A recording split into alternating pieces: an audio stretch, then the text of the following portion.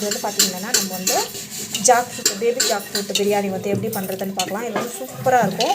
இது வந்து பார்த்திங்கன்னா நம்ம நான்வெஜ் மாதிரி இருக்கும், சூப்பராக இருக்கும் டேஸ்ட்டு. ஸோ அது எப்படி செய்கிறதுன்னு பார்க்கலாம். இது வந்து பார்த்திங்கன்னா இந்த அளவுக்கு வந்து அரிஞ்சிட்டு உடனே தண்ணியில் போட்டுடணும், இல்லைன்னா ஒரு மாதிரி கருத்து போயிடும்.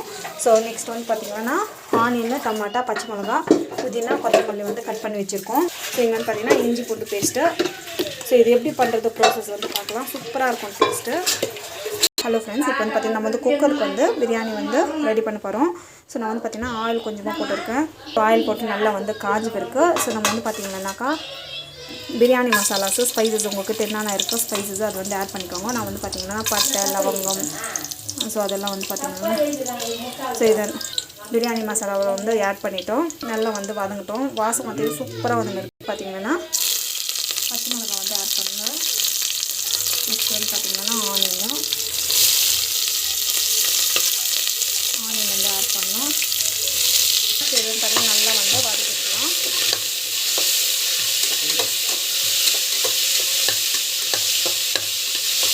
உப்பு வந்து தேவையான அளவுக்கு வந்து உப்பு வந்து போட்டுட்டு நம்ம வந்து பார்த்திங்கன்னா நட்ஸ் வந்து ஆட் பண்ணிக்கிறேன். நல்லா வந்து வதங்கிட்டோம்.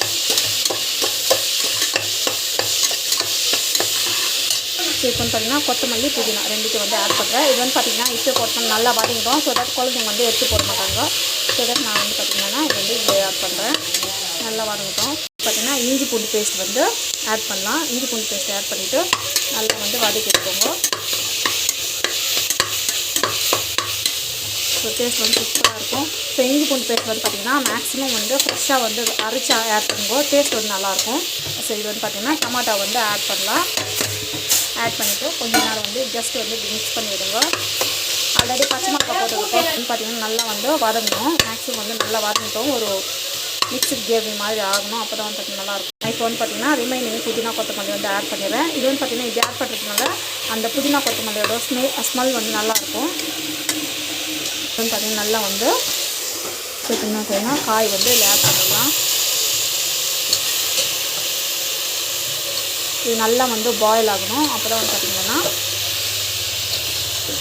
இது டைம் எடுக்கும், பாயில் ஆகிறதுக்கு டைம் எடுக்கும். ஸோ மேக்ஸிமம் வந்து பார்த்திங்கன்னா நல்லா வந்து பாயில் ஆகட்டும். அப்புறமா வந்து பார்த்திங்கன்னா நம்ம வந்து வாட்டர் ஆட் பண்ணிடுவோம். ஸோ நல்லா வந்து பாயில் ஆகட்டும். ஸோ இந்த ஸ்டேஜில் நம்ம வந்து பார்த்திங்கன்னா மிளகாய் பொடி வந்து ஆட் பண்ணிடலாம். ஸோ இதில் வந்து பார்த்திங்கன்னா நம்ம ஆல்ரெடி பச்சை மிளகாய் போட்டிருக்கோம். இதில் வந்து பார்த்திங்கன்னா மஞ்சள் பொடி, தனியா பொடி எல்லாமே இருக்குது. ஸோ நெக்ஸ்ட் வந்து பார்த்திங்கன்னா ஹோம்மேட் கரம் மசாலா வந்து ஆட் பண்ணுறேன். ஸோ இது வந்து பார்த்திங்கன்னா ஹோம்மேட் கரம் மசாலா ஆட் பண்ணி நல்லா வந்து வதக்கி நம்ம வந்து பார்த்திங்கன்னா கேர்டு வந்து கொஞ்சமாக வந்து ஆட் பண்ணலாம்.